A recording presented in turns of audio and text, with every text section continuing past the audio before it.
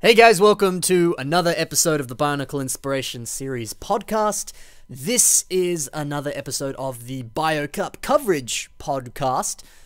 We are going to be having a little bit of a chat with one of the judges of the BioCup, and we're just going to have, a little bit of a talk about how BioCup's been going so far. It's almost over at this point. So, yeah, we're just going to sort of see how things are going, take a look at 3 of the mocks that we both liked that had been entered into the competition, as well as answer some audience questions also. So, let me, without further ado, introduce you to the judge that we have today, and this is Cam. Now, I've been trying to think of a Star Wars character to reference, because I did that in the last 2, and I couldn't think of one, so this is the Stormtrooper of the BioCup judges. He's just doing his job, he's doing a good job of it.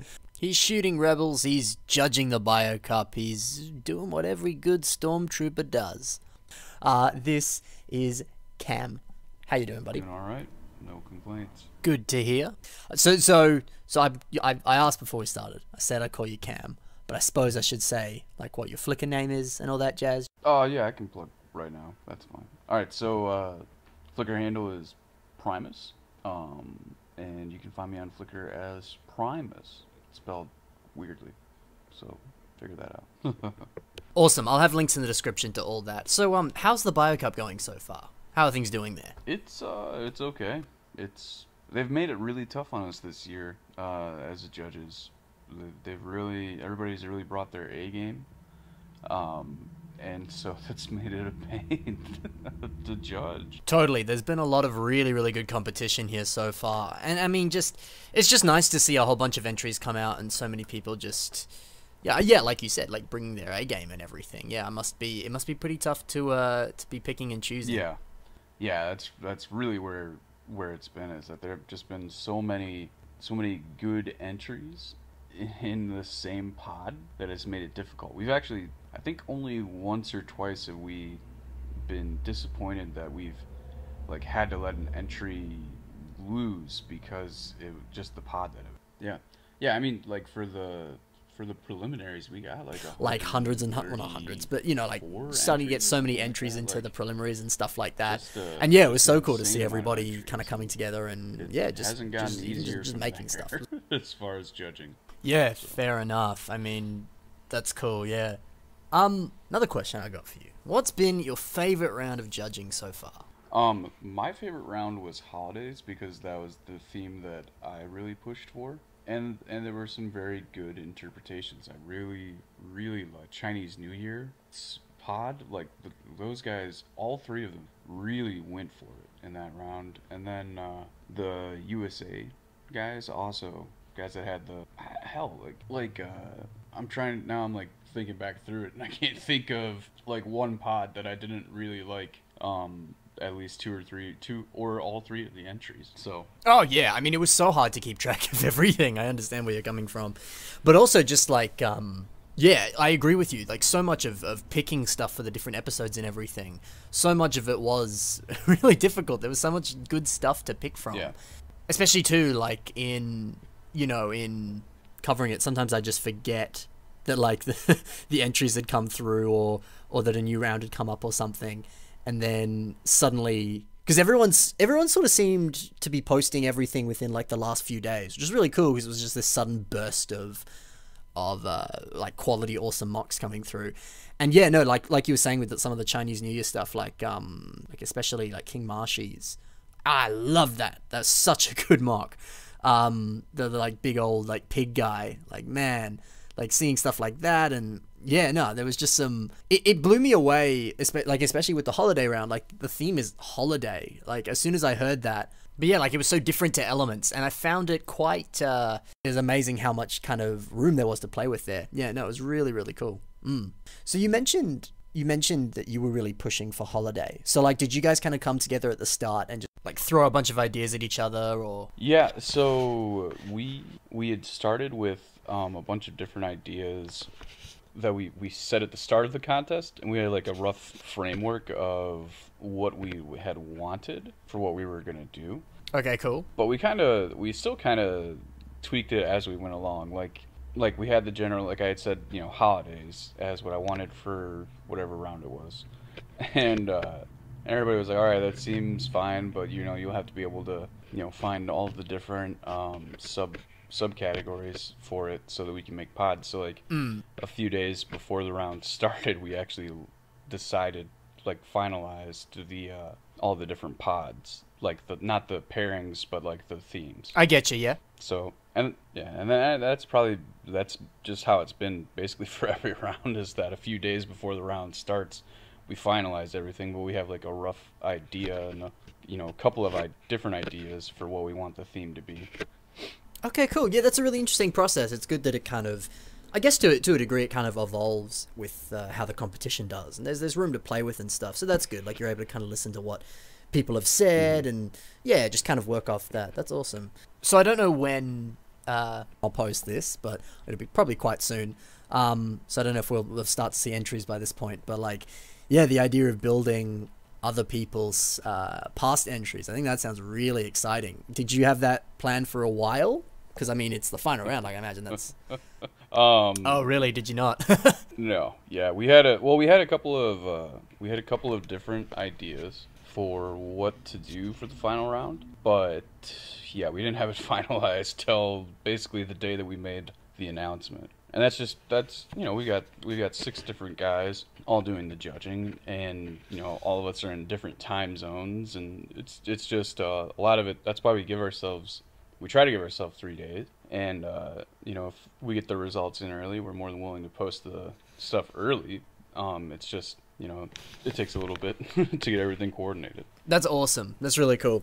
Well, I'd love to keep talking more about BioCup stuff, but I'm sure we'll kind of cover that as we kind of keep going. So, yeah, let's get stuck into the mocks, because I'm sure there's some people that were like, oh my god, shut up, get to the mocks. So, yeah, why don't we start with those? So, this time you actually picked all 3 of the mocks. Normally, I pick a couple, but I'm actually so happy that you picked 3, because there's so many to pick from. I don't know how I would have chosen, so I'm glad you did. So the first mock we'll go with is Pretodacticon by Anomolocham. Sounds like a Pokemon. Anomolocham. Yeah. So what made you pick this mock? It is pretty awesome, but what do you like about it? The idea of it was awesome. I really liked that he had built a mecha for a dinosaur. Right. And and that ties it into his theme, because this was take a Lego theme and then make it a construction-y type thing. Yeah. So this was another one where where it was a very close matchup for me. I really liked all the little details that oh god, I'm gonna butcher this, Anomolocham put into the mock. It was just very well thought out, and like the idea was so cool. This guy, he didn't end up winning his round, but this was still one of this was a close one. This really could have gone either way, in my opinion. Awesome. Yeah, that's something I really like about doing these podcasts. Is it's interesting to hear kind of what the judges actually thought, and how it kind of even in a way kind of relates to what I think, which is really cool, and even what other people think. But it's interesting because Mitch said something once. It was in the podcast I did before BioCup started. He was saying how in past round, like last year's BioCup, there were a couple rounds where like he'd voted for the one that didn't win, or he far preferred the mock that lost that round or something like that. It's just interesting kind of how like all the other judges disagreed or whatever, and yet like kind of coming back to it, like Mitch was still so like passionately talking about those mocks, like I love this to death, like this is so cool. And like I've had a couple people message or like comment in the videos kind of thing, like if they'd entered the BioCup and didn't make it through, and they're like, man, like I don't know, I just think that's so interesting how like there's no point getting down about it. I mean, by all means, like, if you kind of put all your hopes into it and then you don't get it, like, of course, like, you have every right to be a little bit upset. But, like, it doesn't make you any less of a builder, because, man, like, the judges still absolutely love your entries. Other people still love what you did. And it's still so cool to know that, like, they love what you did. You know what I mean? It's like your mock has value. Don't let that put you down. And, and we started, we've been posting vote breakdowns for each of the rounds, and for the votes it's all or nothing. Like we're not assigning like partial points to a build. Yeah. Which we've talked about now, since it's been brought up. doing that next year. Okay, But, cool. you know, guys will see that they didn't get any votes and they think that they did terribly, which is not the case. It's just, you know, everybody decided to go one way or the other with it. But there's just so many little details in this build that I enjoy. Like how he's got the red and the green indicator lights, like if it was an actual like an actual vehicle, and I just very thoroughly enjoyed this build. And we had some guys come out of the woodwork this year. Like I don't We did, yeah. I don't believe that Eno Malacham is like a super established builder. If he is, my bad. but it was awesome to see guys that I had not like previously known about come out and do this kind of work. So No, that is cool. It's so awesome how the contest kind of, yeah, I guess brings that out in people. I guess that's what's kind of good about the Bio Cup, isn't it? Is that it's that thing of you kind of have no, yeah, you're given an idea, you're given things to work with, and a whole bunch of other people are involved, and so you want to get involved. Yeah, it's cool. It's always a nice platform in that regard. I like that. yeah. Quickly talking about the mock though, one thing I really like is how he's put in the pterodactyl into the mock. I've seen some system builders do that before, where they kind of do this thing of getting like any kind of more obscure animal that's all sort of one big mold, like some of the older dinosaurs, and like putting it into the wall, so like the head is coming out of the wall, but then the body is just kind of shoved behind the back of the wall. And this kind of reminds me of that. I think it's really clever, kind of taking one or two aspects of a piece and then finding a way to just show that off and kind of hide the rest of it. I think that's actually a really clever way to use the part. Well, just that idea on itself is really awesome. But kind of the way that he's actually put it into, like the wings aren't actually attached to the body like they would be typically on like the Jurassic Park set or whatever it is that it came with.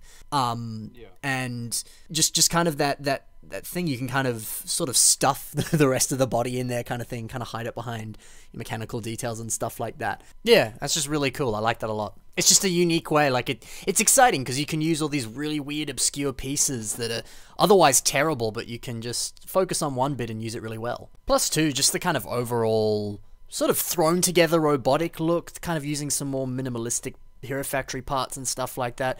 Yeah, it's just really, really nice. It's really refreshing. Yeah. It actually, I'm looking at it closer. It even looks like there is a ball joint in the center of the torso, which means that it has waist articulation, and 10 points. Yeah, I know that that's a big deal. Yeah, exactly. Nicely done. But that was just something I noticed, like right now looking at it more. I always like that about the podcast, getting to look at the entries with someone else, and they see something that you didn't, you kind of, like miss specific details or something. Yeah, it's so cool, especially like doing it with Mitch and even doing it with you now, like the amount of like passion and joy that the mock gives someone, and then just hearing that from someone else, like that's so cool to hear and cool to see. And you always see stuff you didn't see before, but now that you're actually taking the time to look at it with someone else, you're like, whoa, look at this, I didn't notice that before. And then you get whole new insights into it and stuff. And I don't know, that's kind of why I started doing the Bionicle Inspiration series. Is like as a kid, I just spent freaking hours looking at mocks online, and it gave me so many ideas, and it helped me so much with building as a whole. So man, staring at images, it's so much fun. It's so informative. Yeah, it's really cool. Yeah, I'm, I'd spent a decent amount of time looking at all of our entries, but yeah, definitely going through and like now I'm looking at it even more so, finding all the little things. That's although now I'm also seeing things that I would have liked that they had changed. Oh yeah, too. So yeah, cool. I was just looking while we were talking, and yeah, just like scrolling through past entries. I was kind of just scrolling through the photo stream of BioCup. Man, I can't wait when the contest is over to just dedicate like a couple hours and just literally go through every single one. Yeah, it is. This contest has definitely brought out everybody's like best of the best. Like people really want that art book. Yeah, I guess so. Hey. And and the bragging rights. True. I like to think the bragging rights are more valuable. But yeah, me too. I know. Oh yeah, I mean, I want the art book, so there you go. Because Mitch was getting that at Brickfair. Were you at Brickfair this year? No, so I was actually in Denmark this year, during when Brickfair was. Okay. So. Man, I'm jealous of that. That's And you were at the Lego house? Yep, yeah, I went to the Lego house. Mad jealous. And I went to Legoland and all that. Nothing official business, just there on vacation. Very cool. Were there Bionicle mocks there? Is a Joxon's mock still there, or did they replace him with another guy? I don't know. Yeah, no, his stuff's still there. Oh, okay, cool. I wasn't sure. Yep, he's still got his stuff, and I believe in September they're switching out his stuff for another Bionicle builder. Well, that's cool. So there should be at least one Bionicle section in there for a while. So glad there's still Bionicle at the Lego house. That's awesome. Quickly going back to the mock, one of the things I love are these spring pistons. Yep. Yeah, on the legs there. Those look so cool. They really fit with the kind of, I guess, like minimalistic robo suit kind of vibe. Yeah, I don't know, like everything's quite effective in communicating this like mech suit robotic aesthetic he's going for. Just kind of like the overall design of the mock's quite, yeah, like mechanical and like machiny. And I think that's such a beautiful addition there. That piston, I mean, like actually having the spiral spring on it really helps communicate that. It's cool. Mm-hmm. Plus, too, I love how all the Hero Factory bones and the basic limb structure is quite thin. Yeah. Like it really plays into the kind of flight suit for a pterodactyl. Like it kind of needs to look that way. And you know, like some people might be like, oh, it's too simple, like you should have shoved something else on top of it or whatever, but I actually think it really works. I think like the aesthetic that it's going for is kind of more slimmed down and like the armor's kind of been stripped away or whatever. I think it works really, really nicely. I mean, heck, like it has to be thin. The thing has to fly and you know, it can't be too heavy. Yeah, exactly. It's got to be a little lightweight.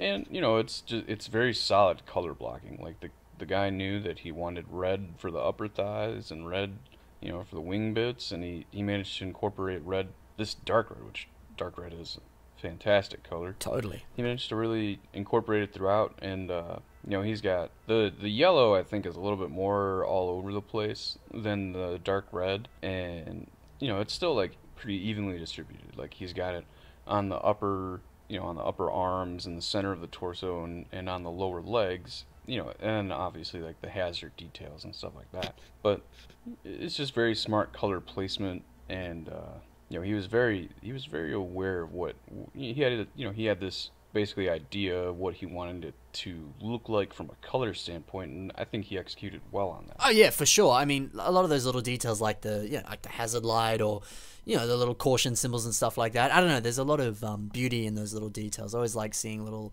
nods and things like that in mocks. Definitely. This sort of like stripped back kind of flight suit design that we're talking about. It's cool. It's almost kind of set like in a way. Maybe that's the wrong way to word it, but I don't know. Like sort of because the theme is theme fusion. Like kind of having a more sort of sparse design that you would more commonly see in sets, so that you know kids can play with it and you know not have too many details that it would just break when you pick it up, kind of thing. It works. Do you see what I mean? Yeah, I see what you're saying. Obviously, there would be a few techniques and stuff that would have to change because he's got some illegal connections. But yeah, I definitely 100% see it that you know, he was trying to retain that set aesthetic. Yeah, for sure. And I mean, I think that's really interesting too, to see that kind of design to take the theme like that and to actually, in terms of the overall build style, to kind of make it look like that. I think it's really cool. Yeah, I just really appreciated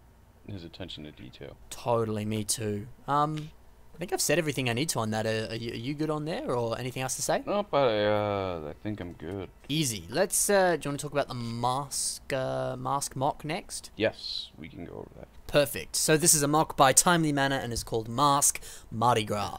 Awesome to see wearable Lego in the Bio Cup. Yep. It's just so unique and so different. I love seeing stuff like that. Like wearable Lego is so much fun. I know when I was a kid, I made a Hidden Blade from Assassin's Creed. It was so much fun to play with. And then now I've got the Iron Man glove as well. And that's so much fun to put on and play around in. So yeah, like wearable Lego is the coolest. So yeah, awesome to see an entry like that. A very unique, very cool. What made you pick this one? What do you like about this? So yeah, it was basically that it was entirely different than seeing just a humanoid. For sure. It was a bit simple, but you know, it was well executed. Timely Manor managed to, again, like the colors, they really focused on the colors. While it's majority black, you know, the little details like the little gold accents, you could see those as being like beads or stuff like that. And then he has the white outline, around the eyes, and then just general focus on shape. Like from far away, it definitely looks like it's just a Mardi Gras mask, and not like something made out of Bionicle bits.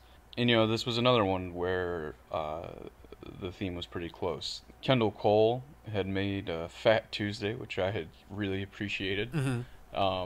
As just because it was a very funny mock to me. And then Rock Monster made the one that ended up winning the pod. But all three of them were very strong mocks. Very much so. And I just wanted to feature I wanted to focus on guys that didn't make it through to their next round, but that still built really, really strong. And this was also totally, for me, it was totally unexpected for Timely Manor, just because most of their previous body of work has been very, large Bionicle humanoids, and so it was just cool to see, because and they've got that's kind of what I was expecting. And I mean, the previous round they made a Kraken, which was also way outside of the box, like the way that they did it, and the mini ship and all of that. They were definitely going all out as far as trying to build out of their comfort zone, and just build something that wasn't exactly expected, which is always what you hope for as a judge. That's cool what you're saying, that sort of thing of building outside of your comfort zone kind of thing, doing subverting expectations for what you normally do. Because you look at some of the other stuff that he's made, it's it was sort of a more larger mock, and now he's building something smaller and kind of more unique like this. I know that when I've ever entered contests, there's kind of that sort of expectation or fear when you're building of oh man, I have to build something so outside the box and so amazing or whatever, and that can sometimes kind of be a little overwhelming. Yeah. Or it can kind of get to you and hinder your creativity.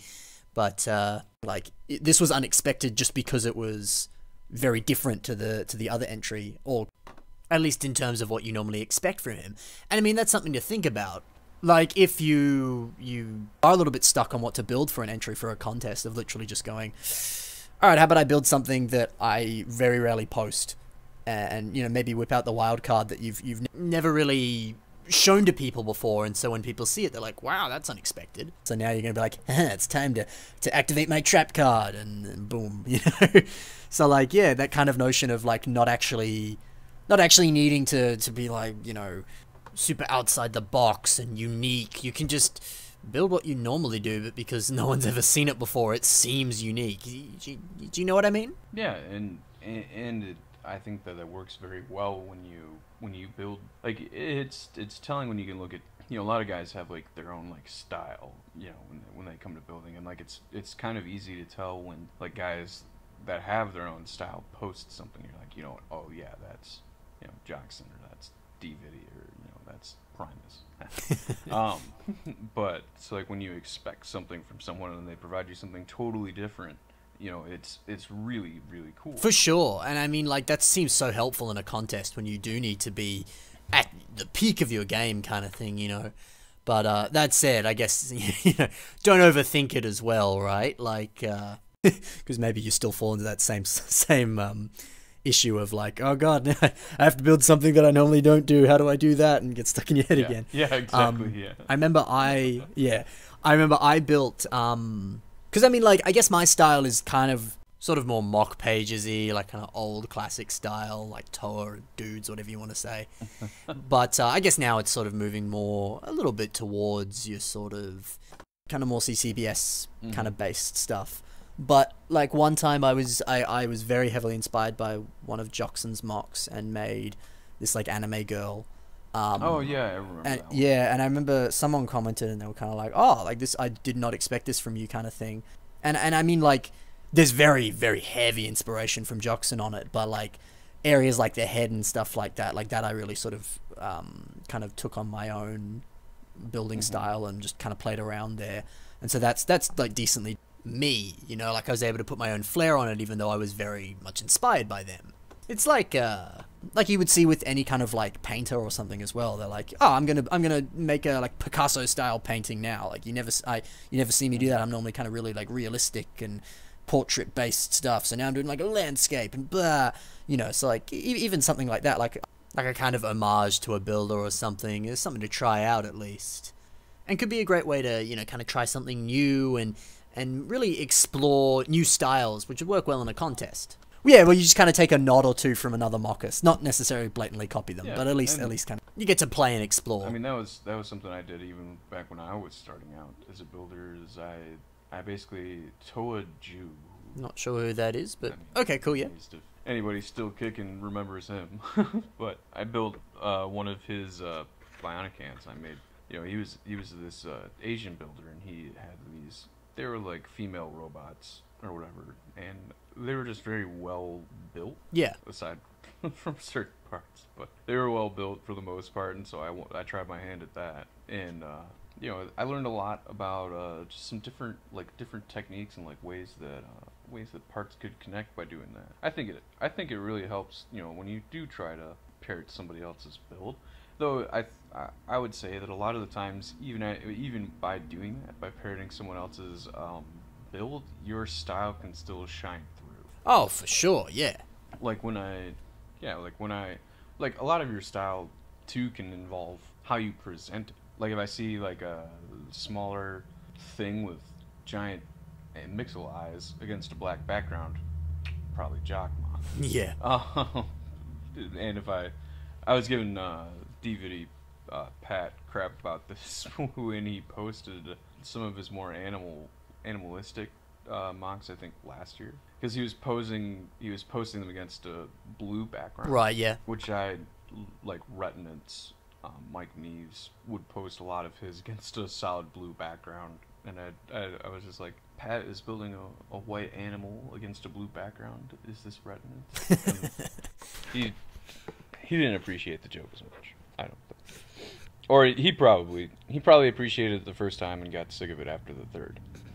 That's cool. Yeah, that's really awesome. I mean, like, yeah, look, sometimes people get kind of protective of their build style or whatever, or, you know, don't want people using a design that they used or whatever. But, I mean, even just playing around with it just to kind of see what you can learn from it is always something I highly recommend, because it's just a great way to improve, really. I'm very positive, like, if someone were to try to, like, 100% copy something of mine, it would still shine through that it's, you know, something of theirs. Yeah, yeah. At the end of the day, like it's just something about how somebody goes about building. You know, we all think in different ways, so you can't, like, you know, you're going to come up with different solutions than I would have if you were to rebuild something of mine.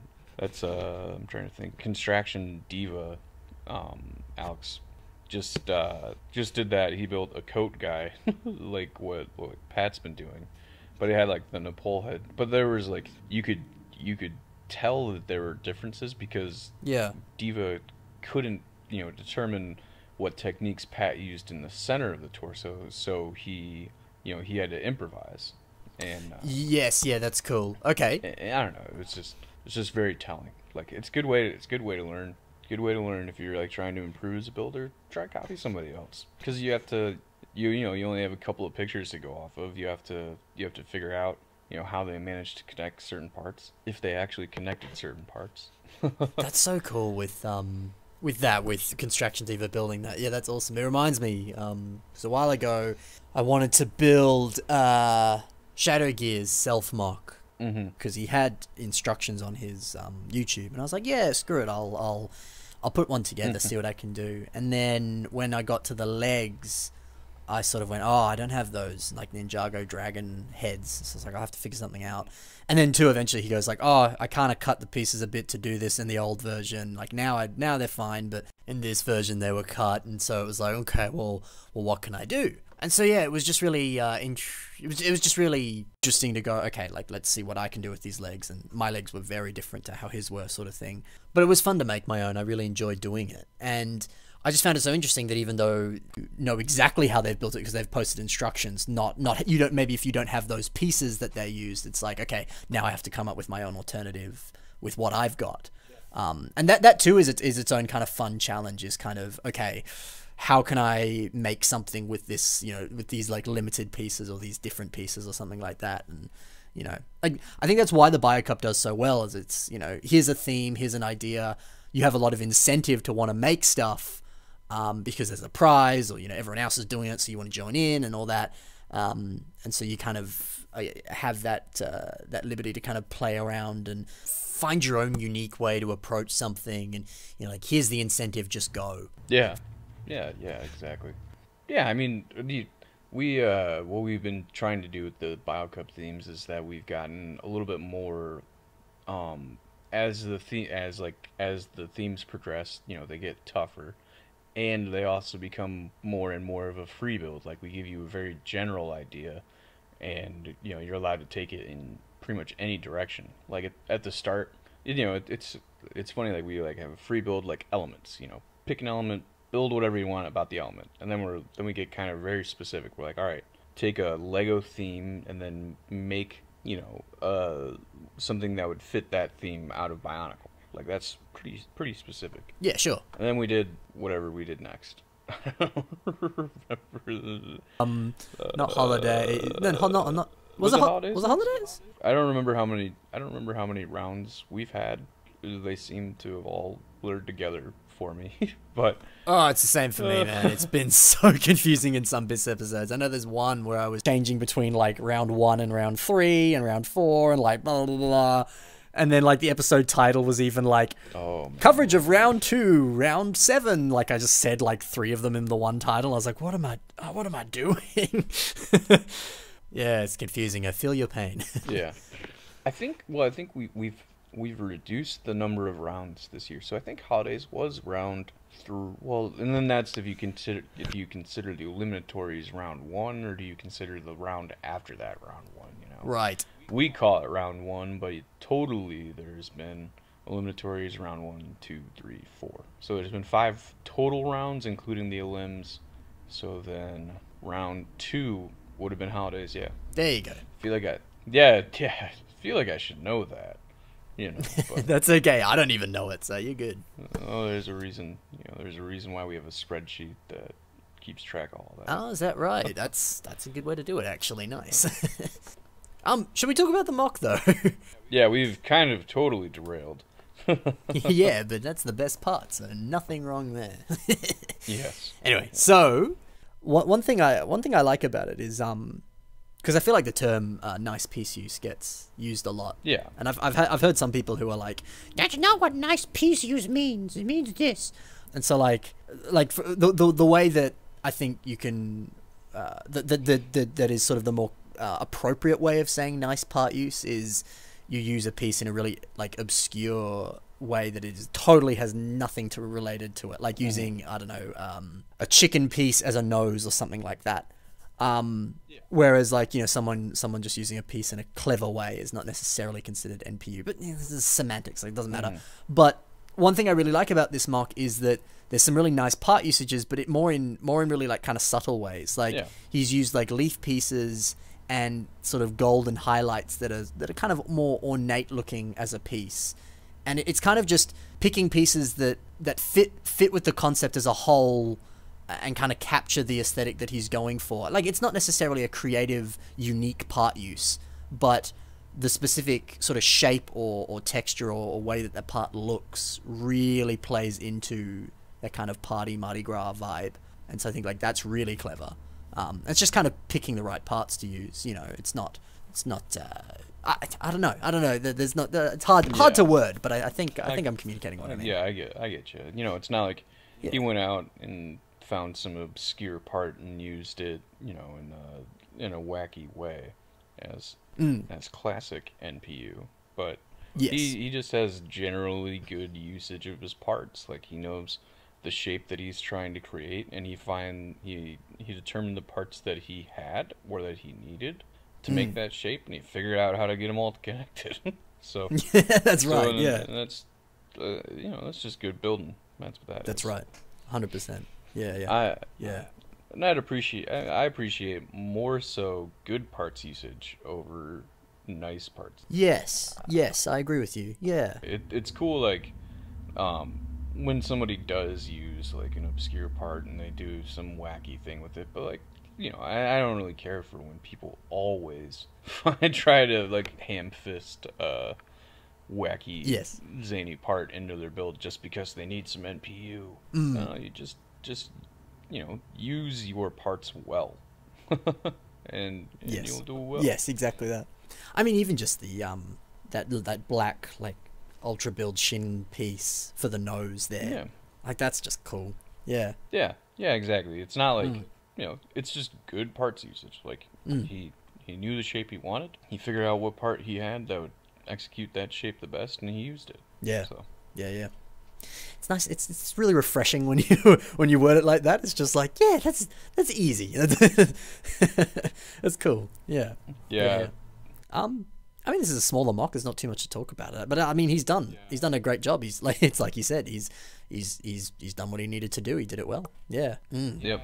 Yeah, and part of that too is like, in later rounds, simple mocks are, it's just tougher to do well with a simple mock. Right. Only because everybody else is putting out these crazy things. Yeah. It's like when you said 14 days for the final round. That has me so excited. Yeah. It's like, oh, they have more time now. So this means we're going to get freaking, titans and monsters and all sorts of cool stuff. Yeah. Yeah, and I don't know. Like, I'm on some Discord servers, right, that have all of the finalists in them. Right. Like they have pretty much everybody that's been in the competition in them. Sure. And these guys are like, all right, I know what I'm doing, and then they don't post any whip pics. Like, usually they're all about posting work in progress stuff. I haven't seen any, and I'm like, oh my god, it's killing me. I want to know what's going on. Yeah, me too. I don't want to wait till like 3 a.m. my time to figure out. Cause, we set the deadline midnight Pacific time because Pat and Lord Oblivion, Tony, are over on that side of the country. Yes. I think that's like the latest time zone out of the judges, so that's why we set it that time. Because when you have a contest that's all over the world, like, how do you pick an end date? Yeah, no, exactly that. Man, time zones though. Like, I saw this picture, and it was like, just trying to figure out time zones. Like, man, it's so confusing. Especially living in Australia. Like, no, there's so few builders in Australia, except Jafer. Hey, look at him. He's in the finals too. But it's so difficult to figure it out. Even when you know, like, oh, it's 9 o'clock PST, whatever it's called. You're like, math's like, oh, yeah, no, yeah. Well, Sparkytron, Rock Monster, and Jafer, if you're listening, you got to send Primus and me some whip pictures so we can, so that we can see. Yeah. That's awesome though. Yeah. No, I don't think they will. I don't think they will send me because we've kind of made it like a unwritten rule that judges aren't allowed to comment on any whip stuff that they see. Yeah, fair enough. So, yeah. Because it doesn't, like, not everybody's in the Discord server, so it's not an equal opportunity kind of thing. So, in, spirit of fairness, we don't want to see something and say, oh, we really like, this technique, but I think you need to improve this, blah, blah, blah. Like, totally. Kind of defeats the point of judging them if you give them exactly hints along the way. Yeah, totally. Yeah. Any final things on the mask, or do you want to move on to the next one? No, I think we have covered it very well. I think so too, definitely. Perfect. All right, let us move on to Machine Cavalry by Sergei Rachmaninoff. So this is quite a recent one. This was for the round 3 Anachronistic Future theme. Yep. So what is it that you like about this mock? What made you pick this one? This mock has presence. Like, I can see it just from the picture. Like, if you were to have this displayed at a convention, this is something that people would walk up to, and they'd be like, wow.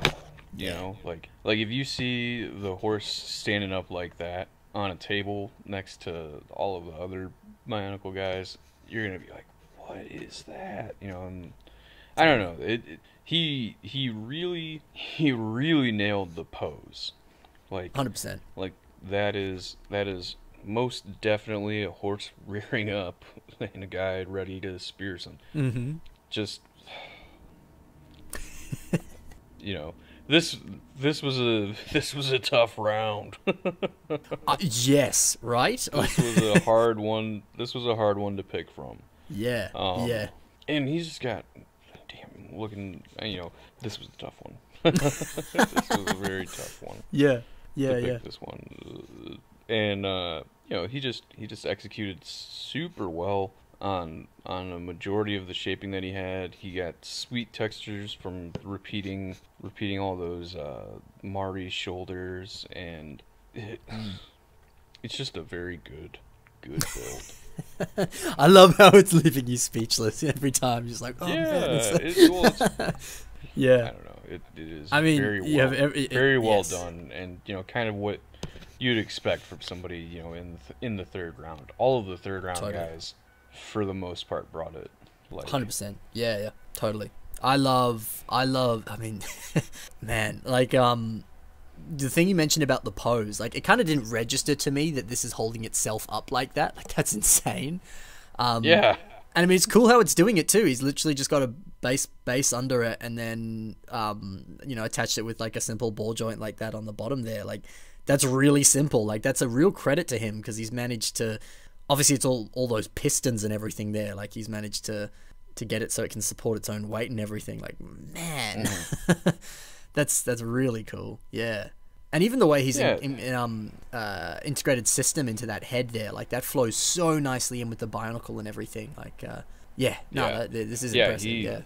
He really got some great shaping just out of all of the parts. I think the thing that I really enjoy is like all the pistons in the torso. Like, that they're, since it has to be able to support itself like that, that those pistons are actually doing work. But Yes. it's also like they look good. Yeah. Doing it. Like, he's managed to put them in there in a way that it doesn't look like, oh, I need to add support, I'm going to add these pistons. It looks like, oh, I'm building a robot horse, I want to add pistons because I need that. And then he repeated that piston look in his rider as well, in his little knight guy. He's got the pistons in the torso, which give it a lot of posability and allow for such a dynamic pose. Like, I don't know. I know when I first saw it, like, just immediate impression was, whoa. Yeah. That's something I would love to see in person. Oh, me too. I love that when you're like looking on, your phone or your computer or whatever, and then a mock pops up, and then you like audibly, you're like, whoa, like, Yeah, that's so cool. Yeah, especially when you're in public, you're like waiting for the train, you're like, wow, and people look at you, but I agree with you. Very cool. I just saw the photos, like, I'm just scrolling through the other photos now.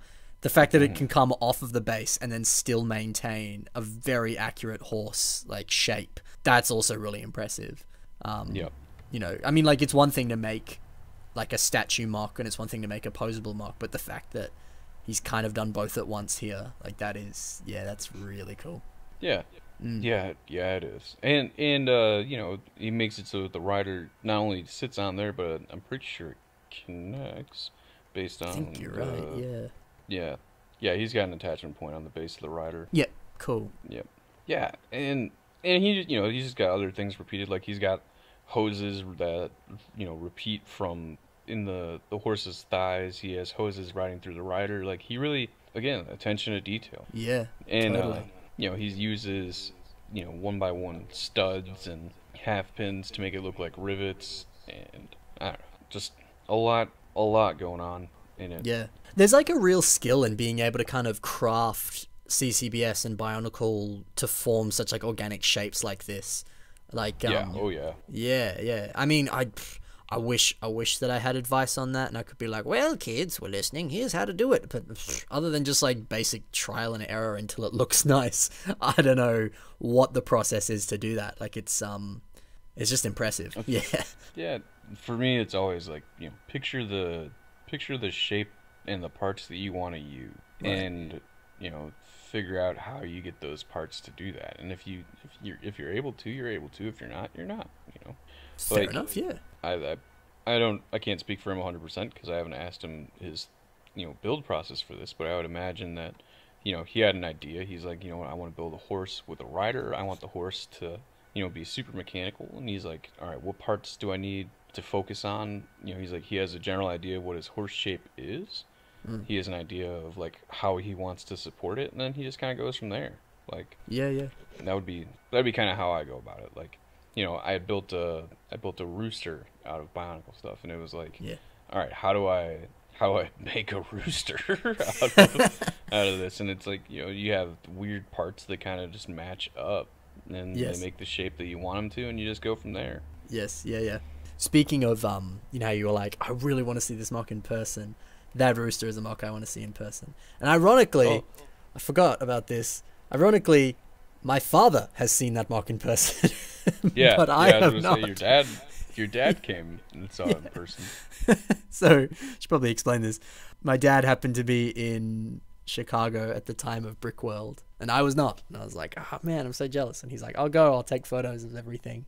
And he was going around taking photos of the Bionicle people. And like he got to like Lego Metal and all sorts of people, and I was like, oh, it's Lego Metal, like, hey, it's this person.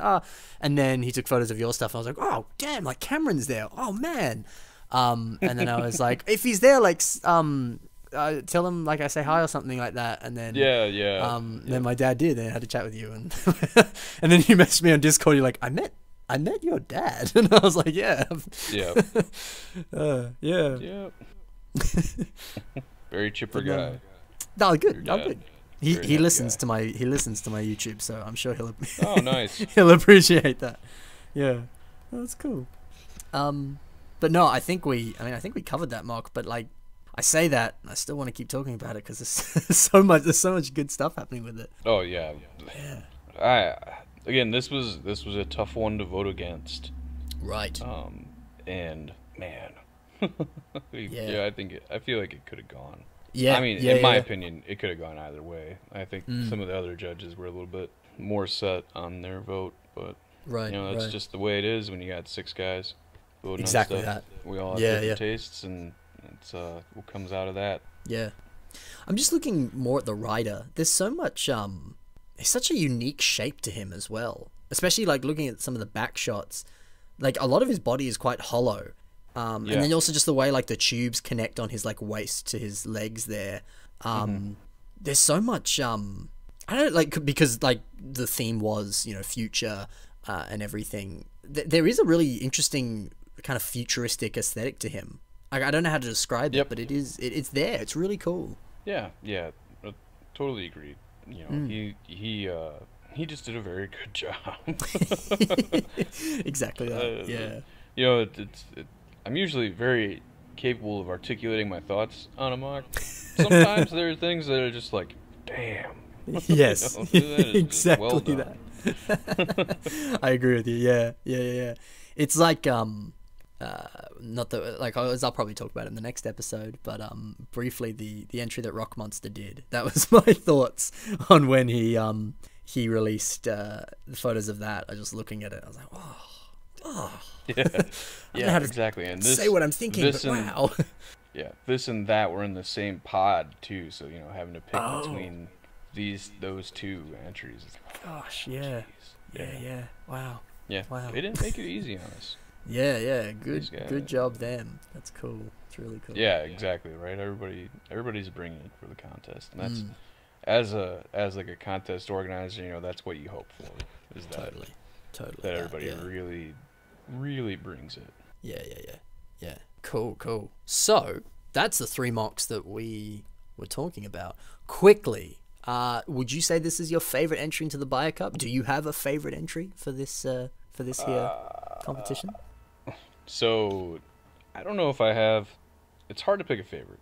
Yeah.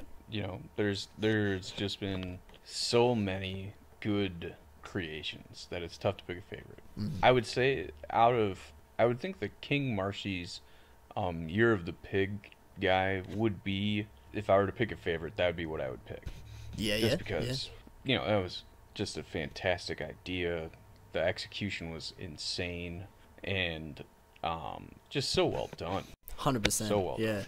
And it was such a cool take on the theme too. Like, he built you know, somebody to actually represent the year of the pig, not like just a pig, you know, or something like that. He actually like, okay, here's a pig guy, and he has a barbecue, and you know, the barbecue represents like traditional Chinese stuff, and a lot of thought went into that mock, and Totally. it shows 100%. Definitely does. Yeah.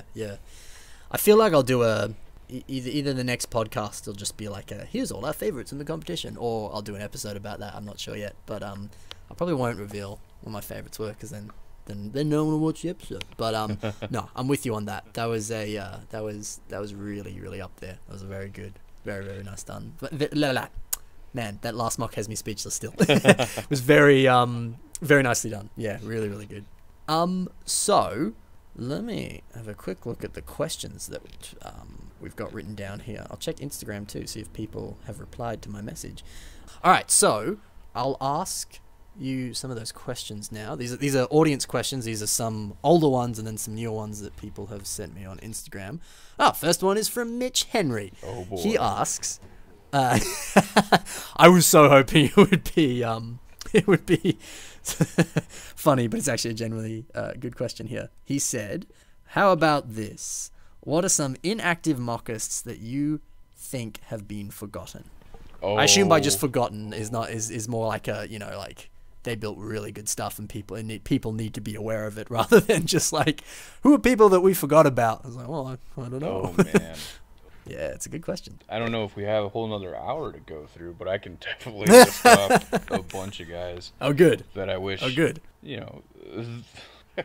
So first and foremost, Toa of Muffins, also known as Tom Drake. Yeah. I got to meet him in person, Brick Fair 2010. Very genuine guy. Wow. And I know that he's like with a theater troupe or something right now, traveling around, awesome. doing some crazy shit. But yeah, I would love to see him come back. He was a very, very big builder when I was just starting out, and he was a huge inspiration to a lot of builders from around, you know, guys that were on BZ Power back in like 2008 or so. He was a huge, that's 10 years ago. But he was huge. Yeah. Let's see, Zipper, the Zipper, and he was like part of the movement of, you know, not making just Toa and Matoran and stuff like that, like using Bionicle parts to make pretty like routinely make, you know, things that didn't fit exactly in the Bionicle canon. Sure. His Dust Cloud, which was built for BBCC 53, I want to say, is still one of like my favorite robot mocks, and I feel like has held up well even to this day. Yeah.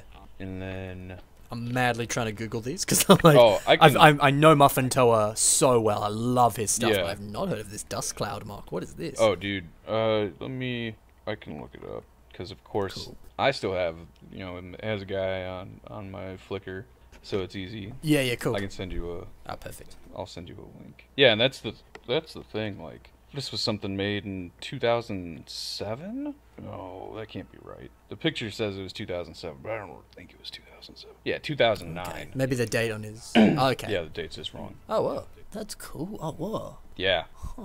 I was expecting a literal dust cloud. Oh. So, not at all what I thought it would look like, but that's really cool. Yeah. Yeah. You know, and he definitely has like his influences. Like, it's got a lot of like texture and stuff going on, but it just really works. Like, it looks very mechanical, and he manages, again, like maintaining his shape using just random Bionicle parts, you know. Yeah. So, and then the Black Cat. Oh, I think I remember. Oh, that name sounds familiar, at least. He was actually, I saw him faving some mocks and stuff on Flickr a little while ago, but oh, awesome. Here, this is probably one of what he's best known for. Again, a guy that was like doing stuff that wasn't you know, canonically a Bionicle thing. It was just happened to be something that used a lot of Bionicle parts. And no, I remember this guy. I put him in Abyss episode. I don't know if I posted it or not yet, but yeah, I love his stuff. Yeah. So I wish that he would come back in full force. I believe he's also, you know, he got work and probably doesn't have all of his collection like he used to and all that, but Yeah, I know I've there's so many builders that like they just get so busy with work and life and everything. Like it's a shame. But, yeah, I mean it's fair enough, you know. Like yeah, but yeah. I mean I was there, you know, and I've been there, done that, where you're not building anything. Took a nice 5-year hiatus and came back. So yeah.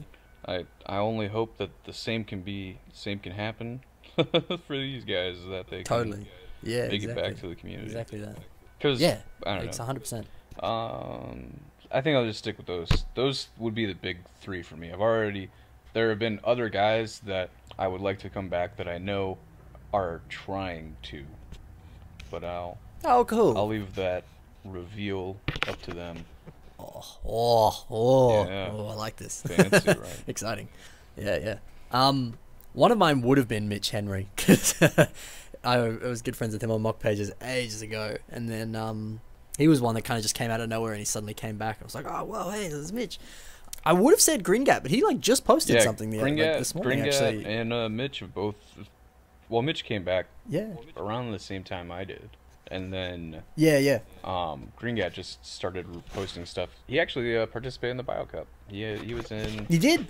Yeah, he was in. He had to drop out. He had the flu or something during one of the rounds. Yeah. He wasn't able to build. That's a shame. But But it's great to see those guys back. yeah, My answers to that, I've said this before. Crow, otherwise known as Ben. Yeah. Big inspiration for me and a whole bunch of other people. Again, I see him favoriting stuff sometimes. But no, maybe I swear he built something not long ago, but he's very like random that he'll post if he does post stuff. I know that he had that car part he built. I thought. Yes, I know the one you mean. Yeah. It was like a zombie Karapar. Yeah. He had his It had car stuff like part. grown out of its eyes and things. Yeah. I don't know. Oh yeah, he just built kind of a more system guy, but he just built that like not even 2 months ago. Yeah, So that's right. Yeah, He's still kind of kicking. that's good. But I mean, I remember he would post. I think he did at least. He would post stuff like once a week. Like he would bang out mocks ages ago. So it'd be good to see him doing that again. But look, you know, I'm not. This is not me being like, you know, abandon your responsibilities and start building. You know? Why aren't you building? Why aren't you building more? Yeah. What's this real life getting in the way of you building and posting things so I can look at them? You know. Yeah, exactly that. Who else? More just because they were good mates back in the day. I don't know if you remember them or not, but there were people I was friends with on Mock Pages. Lego Freak 2444 was one. Some of his later stuff was pretty cool. A lot of it was quite Mock Pages-y.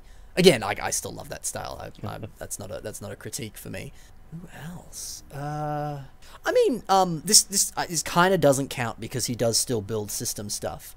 But Moko hasn't built a Bionicle in so long. Yeah, that I would agree. I don't think I've seen Moko make anything Bionicle related in forever. I'm trying to think. Yeah. So I'd love to see that. Mainly just Mock Pages guys. Even some of the ones who like they were quite young and didn't necessarily build like breathtaking stuff. Like they were just genuinely really nice people, and that's always nice. So I would say some of those guys like Lego Bob 123, I think his name was. He was always nice to me. A couple other guys. Yeah, just you know, yeah, stuff like that. Yeah. What's the next question? Is by Eugene Dragon and is favorite and least favorite sets from both generations of Bionicle. Do you want to answer this one? Oh boy. No, yeah, I will 100% do my best to answer any and all questions. Fantastic. So I'm gonna preface this with I only have ever gotten one G2 set, and it was Really? yeah. Well, of course, when I come back to the community, they cancel G2.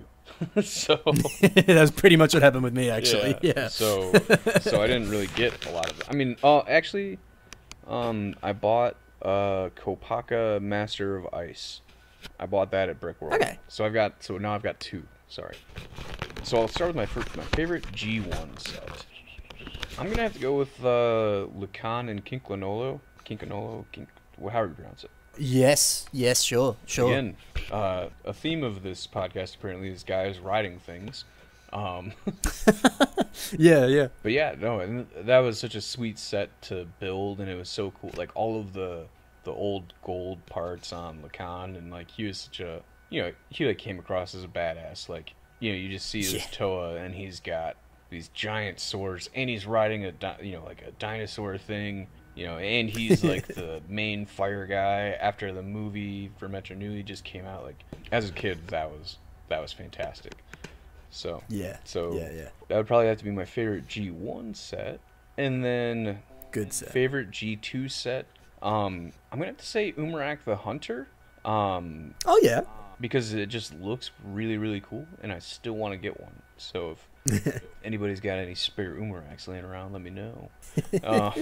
Exactly. But yeah, so I'd have to go with both those. I really like just the shape of Umarak, and he was kind of like a different take on a villain, for them. Yeah. Not the the classic scary Makudi. Yeah.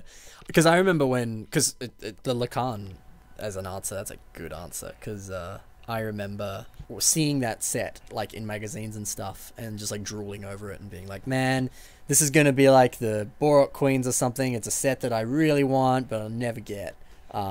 Especially because like Australia, like sometimes we just wouldn't get sets. Like we never got any of the Boros Cull. I swear they never came to Australia. Wow. Yeah.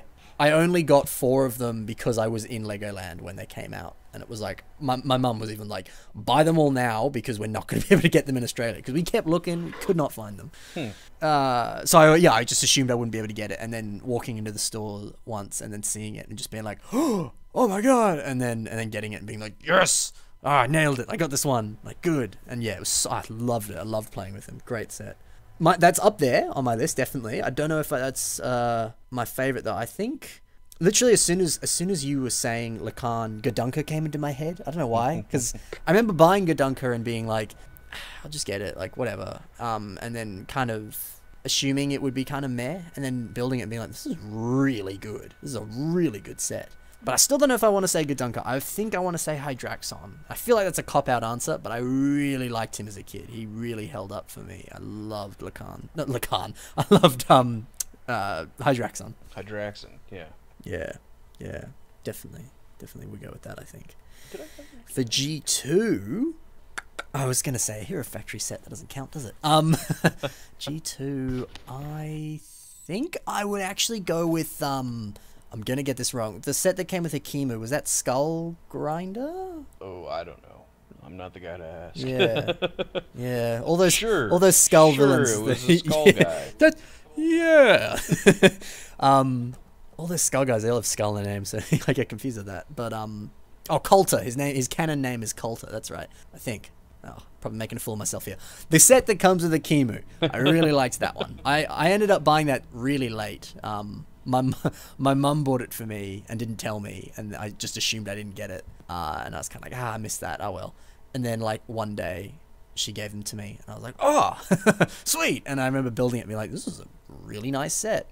And that Mask of Creation is really, really good. Such a nice piece. Yeah, I went and I bricklinked the Mask of Creation just because I really like it, and it's got so much detail. Like they really put a lot of detail into it. They did, yeah. It blows my mind, like, because I remember when like G2 got announced and everything, and we got like the image of the Mask of Creation and all that, and like it looked so beautiful, it was awesome, and I was really excited to get one. And then actually getting it and being like, wow, this is exactly like the image, like I don't know, I just didn't expect that level of detail. Yeah, it's cool. Yeah, no, that answers that, doesn't it? Yeah. So that would be I think that would be it. It would be the Coulter set, and then Hydraxon, I think, is what I would say. Oh, just got another question here from Rapid Madness. He asks, if you were to design a new CCBS toy line, what would be the story? And for fun, more than happy to add in just like what would it actually be? Like, is it Galador 3? Galador 3. Is it Galador 2? 3. Yeah, it's actually Galador 4. Galador 3. Just skipping 2 and 3 entirely. What would it be? Story. So first off, I'm bad at story. Like I That's don't alright. do a lot of the. I'm one of the builders that just posts a mock and says, "This is a guy that makes things" or something like that. Like not very Yeah. in depth. It's like. Sure. I think my most in-depth backstory thing was when I posted like my evil version of Tahu, and that was mostly just so I could jam as many edgy tropes into his story as possible. So I don't. Sure. My story is that there are some good guys, and they're gotta fight some bad guys because the bad guys are gonna destroy the world or something like that. I don't. Yeah. But I have an answer. It's Yes, thank you. I'd like to think no worries. I'd like to come up with a better one, but actually, okay, I have two answers then. I'll give you even more time to think. My first one is it's one word that answers it all. Is these rumored Overwatch sets? If those are a CCBS line, yeah. there's your story. I don't play Overwatch. Does that have a story, or is it just shoot people? Yeah, I don't play it either, There you so go. I don't know. Yeah. Oh well.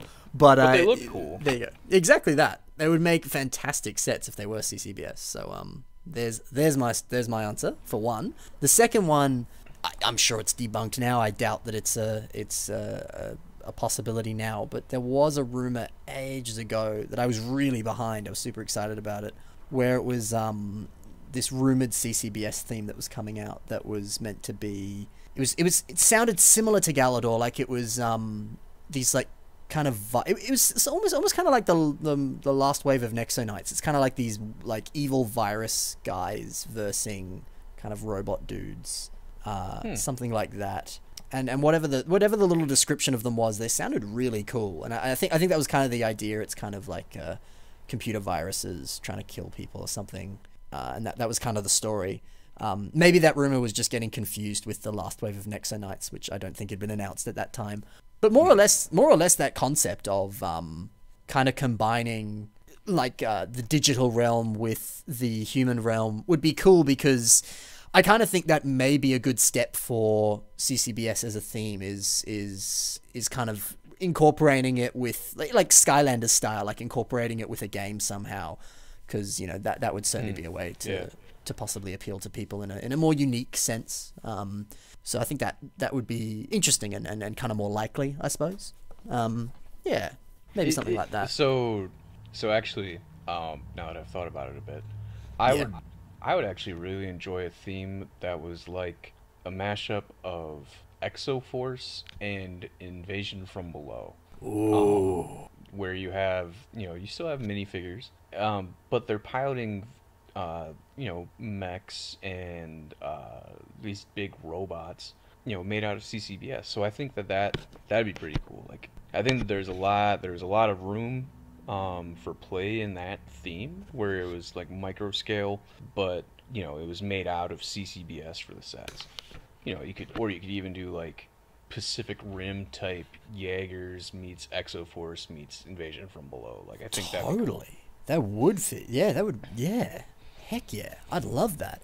You gave me another idea. It reminded me of something that Mark Stafford said once.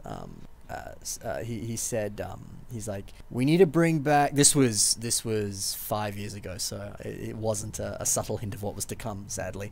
But he's like, we need to bring back Exoforce and we need to bring back Fabuland. And this one guy's like, what if we put the two together? Fabuland, Exoforce. And I was like, holy crap, that's a great idea.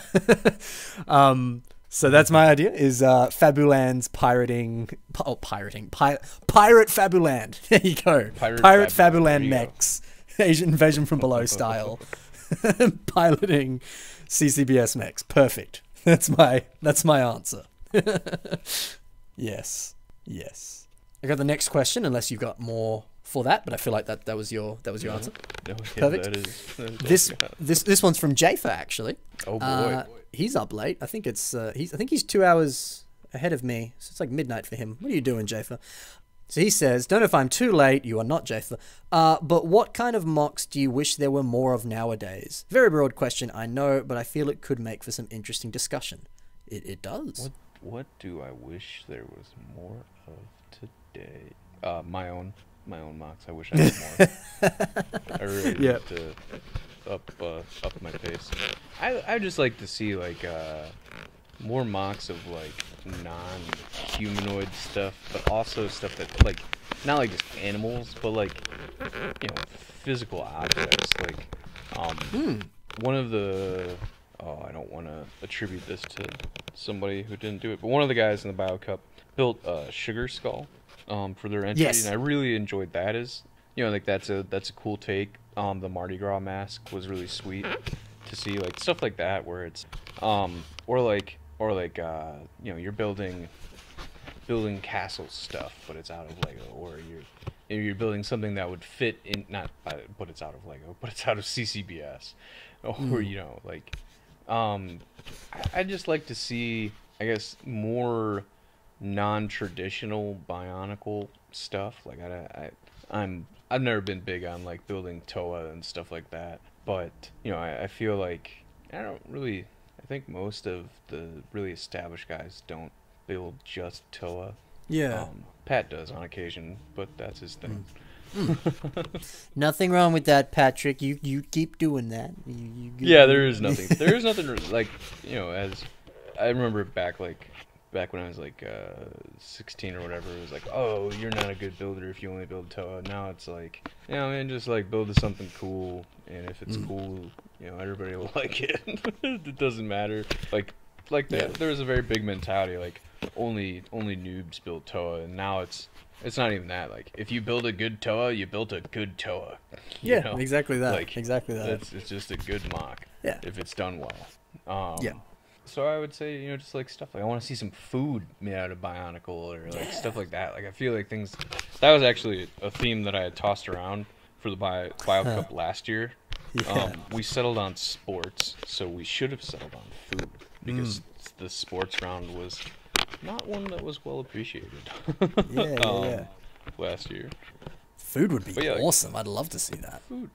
Yeah. There's been some guys like Arpy built like a Cornish game hen out of Bionicle, and Elzaban built like a Subway roast beef sandwich out of Bionicle. Just like Cool. this was like some pretty old stuff, so now it looks pretty rough. But like Sure. just like stuff like that, like things that Awesome. things that aren't like tip. Yeah. That's cool. That's really cool. For my answer, I got a couple. I think one, it just kind of popped into my mind. The Plague Mech contest that Jafer did. And just suddenly this wave of Plague Mechs coming out. I really liked that. I liked the idea of just people kind of getting one idea and then heaps of people trying their hand at it. Yeah, I really like that. Especially it's kind of to a degree like what was happening with BioCup in the early rounds when we had hundreds of people entering.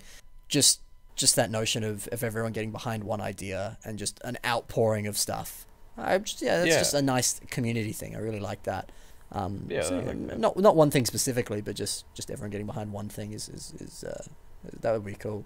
Something that Mitch brought this up to me once. I don't know if I think it was just a personal conversation. I don't know if I mentioned it in a podcast or not, but Disty has built like a Hadron Collider. Oh yeah. Yeah, stuff like that, like Lego architecture, or just kind of like intricate patterns and cool stuff like that. Like what's his name? Is it Krakoa or the chosen one?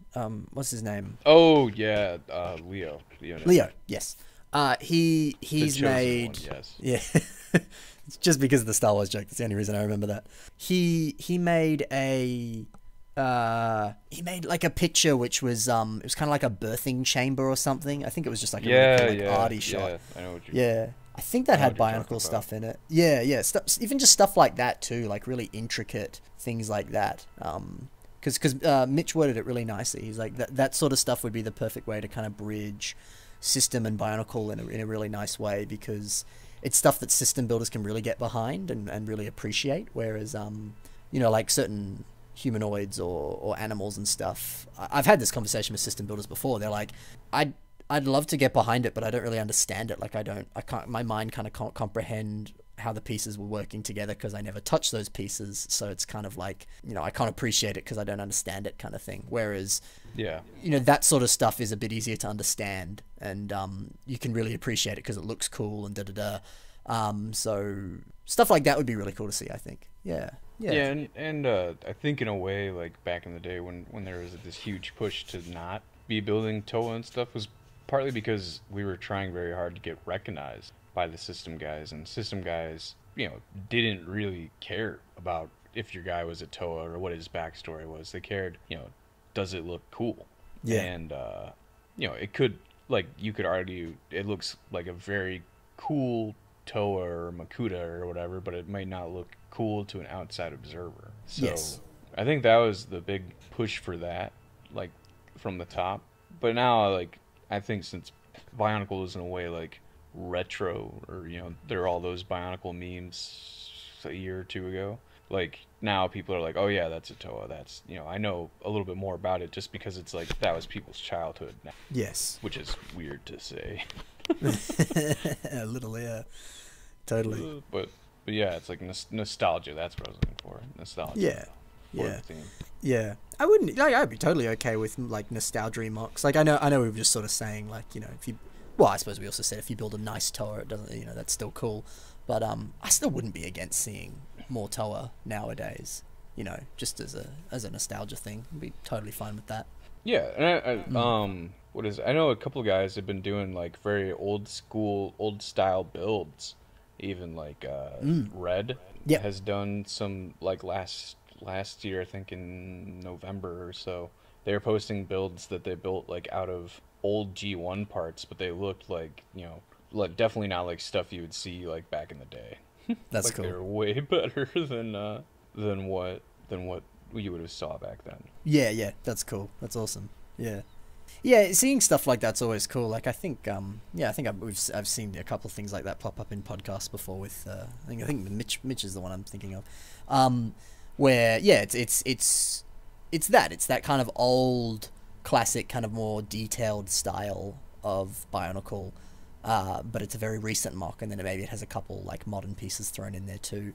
It is really cool to see stuff like that, because that is I still have a lot of love for that style, and it has sort of fallen out as, I mean, it's just because we have more access to CCBS, so the style kind of has moved away from that. But it's always really cool to see people diving into that, because it's still a really nice aesthetic. It's just very alien with the pieces that we have available to us, I guess. Yeah, as we say, if your collection's mostly CCBS, it's going to be kind of tough to do that. Totally. Yeah. I also wouldn't be against seeing more, like Anthony Wilson does it a lot, like a lot of kind of really heavy system integration into Lego, into Bionicle rather. That would be cool. Yeah, Because it is very much leading towards that. A lot of people are putting a lot more system in these days. And heck, even like BioCup rules, like people are very lenient with system in them now, which is awesome. So I'd love to see more of that, I think, yeah. Well, and to me, I find that kind of funny that it's like now a trend that people are adding in system, because like that was, back in 2010, 2011, that was like the hallmark of like a more established builder, was to have more system in your builds. Like I think Pat's been putting system in his build since like 2003. Yeah, So, yeah. To me, it's not like a recent trend, but it is maybe like amongst the newer generation of builders. Now it's the way to go. Is that you're adding in more system, because you're starting to get more access to parts, and you're expanding your horizon past just Bionicle, and thinking, how are ways that I can connect these parts? What parts do I need, and all that kind of stuff. Totally. So, Yeah. That's cool. Yeah. No one else has messaged me on Instagram, but I've got my backlog of questions here. I'll answer a few more and then we'll call it there. What have we got? So, pretty simple question from Mr. Shadow King Mox, and it is, what do you think of G2 Makuta never being released? I wish that they had released G2 Makuta.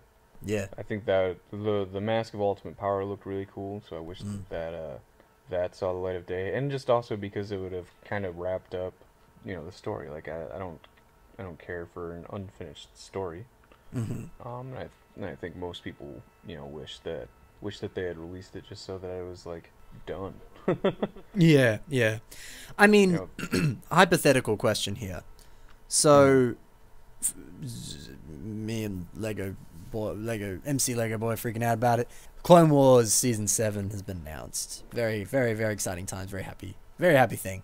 5 years we waited for a proper ending to that show, and finally we're getting it. Very exciting stuff. Same thing with Young Justice as well. What if? Oh really? I didn't. Hypothetical. Yeah. They're making a season 3, isn't it? Yeah. I still haven't watched Young Justice, which is I'm sorry, but I'm definitely gonna get onto it because every single time I bring that up with any of my friends, they're like, "Watch it, it's so good." What was I gonna say? But yeah. So two hypotheticals. First one. Voice breaking there. First one. What if Lego kind of goes, yeah, we know how much you Bionicle guys love Bionicle. We'll just release a one-off set. It's the Makuta G2 set. It's kind of like, an Ideas set or something. It's kind of it might be a bit bigger, kind of like Voltron or something. And it's just here, have it. You're not going to get any more, but for now, here's this just because we like what you guys do. That'd be cool. That would be cool. I don't know how much in the realm of possibility it is, but it would be cool. Yeah, exactly that. And then my other hypothetical, which I think this one's really interesting. We've seen, like Voltron or like that fishing shack, like cool stuff that I guess like more like the fishing shack rather than Voltron, but they're more a specific mock that has been turned into a set through Lego Ideas. But we've never seen a Bionicle mock get 10,000 votes. What if hypothetically a Bionicle mock did get 10,000 votes? Would they have to how would that work? Would they just kind of reuse those old molds and like make certain Bionicle pieces, or would they turn it into a system set? Like hypothetically, if a Bionicle or Hero Factory or just Construction in general mock got through Lego Ideas, like how would that work? I don't know how that would work in all honesty, just because I don't know if they've like retired. I would like to think that they haven't retired the molds. Yeah, exactly. I would appreciate that, but I don't know. Yeah. How that would work. I would think if they've retired the molds, I know for like Lego Ideas they have a pretty strict like no new molds thing for Ideas. So if they've retired the molds, they probably just make it out of system. But I'm not sure. It's still an interesting thought though of like, it is an interesting thought. What's some random mock out there that people would be able to kind of get behind on Lego Ideas, and then we just heavily push it through Bionicle communities. And then we get 10,000 votes. Like, what happens then? What does Lego do? Yeah, be interesting to see. It would be cool. It would be cool to see. I don't know if a Bionicle mock would ever pass 10,000, but it'd be really sweet if it did. Well, how many? I mean, like, it's safe to say that the Bionicle community is a lot smaller than it used to be. And obviously used to have a lot more people as it was a live theme, and Hero Factory or just Construction in general was alive. How many people do you think are in the Bionicle community? Like, do you think there's 10,000? Like, I would say there's maybe like 1,000 at a push. Yeah, but, I would say 1,000 is pushing it. Yeah. You have like people that are actively involved. That's true. I mean, that's yeah. I don't think that there's more than 1,000, but. I mean, obviously there are people that like passively engage in the community, but I don't know if there'd be like 10,000 people that would be behind a Bionicle mock. And another thing is that like a lot of like Bionicle mocks that would be more appealing to like system guys are use like illegal techniques and stuff like that. Like I don't think that they would pass the checks that they put in place for Lego Ideas. So yeah. But I mean, it would be cool. It would be very cool. It would be. I wouldn't be against if someone listening is like, I'm gonna make a Lego Ideas Bionicle mock and try and take it through. Like, hell yeah. I'll vote for it. Why not? But we'll see if we can do it. Wrong, man. I will not be upset if I'm wrong about that. But that would be cool. What other questions we got here? Okay, cool. So he says, this is a question from Loadstar.exe. He says, hey Ben and Cameron, what was/is, in terms of parts, your favorite line from Lego? Any specific sets in general from those lines also? I really like Nexo Knights, in all honesty. Really? I'm surprised at the amount of hate that the theme got. I thought all of the sets were super, like, it was a cool idea, like futuristic knights. And they had some sweet play functions in them, and they had really cool parts. So I'm amazed that it was so poorly received. Yeah, but right. it's probably because it wasn't just a traditional gray castle. Yeah, might be. Yeah, that's really interesting. Like, just literally, you just saying that of, you're surprised it was so poorly received. Like that just made me think, like, why didn't I like it as a theme? And I don't think I can answer that. I don't know why I didn't really like it as a theme. I mean, like, I picked up some of the sets, and they have really cool parts in them. Yeah. Yeah, there's nothing to really dislike about it. I don't know why I did. Interesting. Yeah. Maybe it is that. Maybe it is the thing. It's not typical castle or something. But it's not a typical castle. People don't like that. Yeah. I mean, heck, like stuff like Anthony's the Tyrannosaurus Nex that he built. Like, that's such a beautiful mock, and like the color scheme of Nexonites in that looks fantastic. It's up there with, like a classic space or Blacktron color scheme or something in terms of like just iconic and looking awesome. Yeah, I mean, I don't think I'd say Nexonites is my like favorite theme in terms of like parts of using, but it is pretty good. I'll give you that. I guess I have to answer this in two questions because like I build a lot of system, but I also build Bionicle. So in terms of Bionicle like parts that are good, I feel like the cop out answer is Exoforce, but like I guess that's kind of my answer. But I can come up with a better answer. Actually, I would say Classic Space, surprisingly. Maybe not... Sorry. Okay, maybe not quite Classic Space, because I don't actually really own any Classic Space sets. But, like, Space as a whole, like, I have occasionally used, like, kind of cockpit pieces or sort of, things that I've got from, like, Space Police or just any kind of spaceship set in a Bionicle mock. So I'd probably say, like, sort of space themes. None in particular. But, space stuff. And then for system stuff, specifically in terms of parts, okay. Well, you know what? This is going to be a weird answer. I'm going to say brickheads. And I actually might say brickheads for both of my answers. I'm going to scrap the space idea. I'm going to say brickheads for both. Because that and Mixels, actually. Because they're cheap. They have really good parts in them. And the color selection you get in them is really, really good. I would say Mixels and brickheads. Nice. Yeah, people give brickheads crap because it's kind of like a Funko Pop type thing, and people seem to dislike those. But the parts choice in there is like super cool. Yeah. In my opinion. Yeah. And speaking of really good part choices, I only have 3 of them. They're all on my desk currently. But this new collectible minifigure Unikitty wave of sets. Really good pieces. Like, I'm holding one now. It's got a freaking teal ball joint. Oh, you got one of the ones with the teal ball joint? Yeah.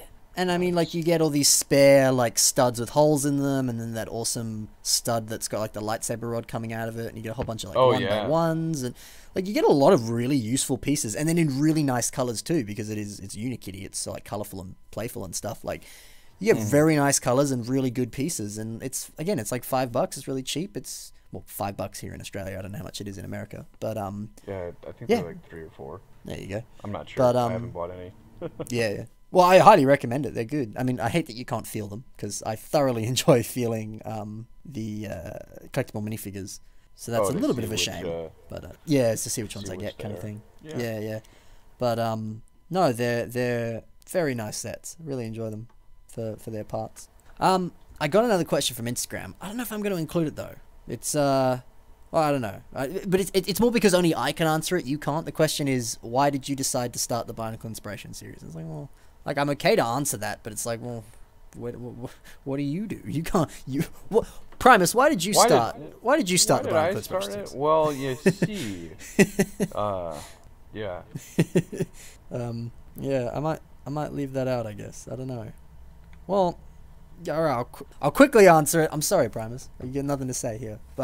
Because I'm reading a book at the moment, and it describes the process of filling the well. So imagine your creativity as a pond, and there's a fish in the pond, and each fish is ideas. You pull out little ideas from the pond. Eventually, you pull out too many ideas, you got none left. So you need to kind of go through the process of filling the well, stocking the pond. And the way to do that is, I don't know, the way to do that is to look at images. The way to do that, because art is an image-based process. It's a kind of magic process. It's a you get ideas, you get inspired by looking around you. Whether that's looking at mocks around you, whether that's just kind of getting ideas of the things online, things that you see from other people, or if it's just taking a walk and then suddenly you see, like, literally, I took a walk the other day. I walked past a lemon tree and there's a lemon on the floor, and I got an idea from a mock based off of that. I cannot tell you how that happened, but it did. And that's the process of, like, stocking the pond, is literally doing things that make your heart sing, doing weird stuff, unrelated stuff that's magic, adventure-filled, image-based. That concept is essentially what BIS is. It's the idea of, when I need inspiration, I go out and check what other people have built, and then that gives me ideas and I go make stuff. And so I made a TV show about that TV show. It's that idea of, I saw that people would say, like, oh, I'm in a mocking block or whatever, and I'm like, well, here's how I get out of mine. Hopefully that can help you. That's pretty much what wanted to start it. I'm quite passionate about creativity. That's kind of like my like mission to a degree, is I like to kind of get people out of their self-doubt and get them to kind of look into their own self-belief and kind of get them to realize that, you know, you are creative, like that everyone is. And so it's the fact that I can kind of talk about it quite well. That's kind of what BIS is, I guess. So that's why I made the Barnacle Inspiration series. There you go. Are you there? No, I did not hear you say anything. So. Oh no! I suppose that was the right time to cut out though, because there wasn't much to talk about on your end with that question. Well, I at least answered the question, so there you go. All right. So I'll probably cut out that weird transition there, and then I'll start from here. Cam cut out there, so he didn't hear any of that, so you will not hear him have a clever rebuttal for what I just said, sadly. But how about we answer one more, and then we'll call it there, because I guess my internet's deciding to start to play up again. Okay. The next question we have. All right, so this is a backlog question by Mr. Mockman Schmitty. And he says, oh, man. Yeah, he said, what's more important, texture or color combos? I would say both. But nice. I would say that color, I don't know about like color combos. Like, I could care less about the combination of colors in your mock. I care about the utilization of colors. Like, if you've got to really sell to me like how you're using the colors in your mock. And I say this as a guy that builds mostly in black, so obviously I don't always execute on that.